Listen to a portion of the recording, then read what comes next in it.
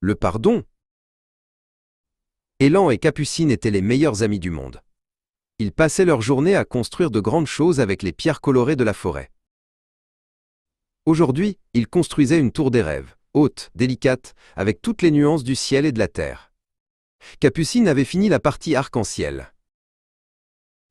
Élan, transporté par l'enthousiasme, arriva en courant pour ajouter une grosse pierre grise.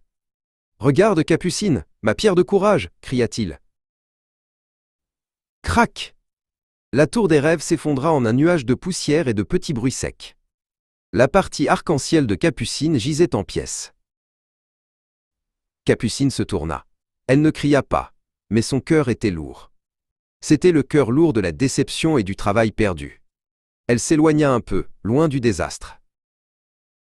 Élan regarda les pierres, puis Capucine.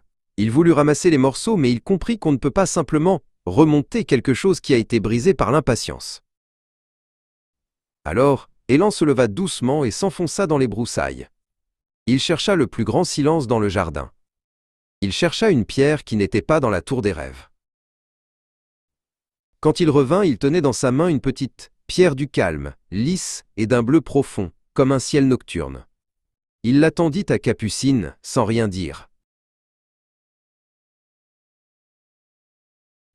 Capucine prit la pierre du calme. Elle regarda Élan, ses yeux pleins d'une sincérité sans défense. Elle vit qu'il n'avait pas seulement regretté, il avait cherché à réparer avec une nouvelle beauté. Un sourire léger vint sur les lèvres de Capucine. « Recommençons, dit-elle. » Et la pierre du calme devint la base solide de leur toute nouvelle tour, la tour du pardon.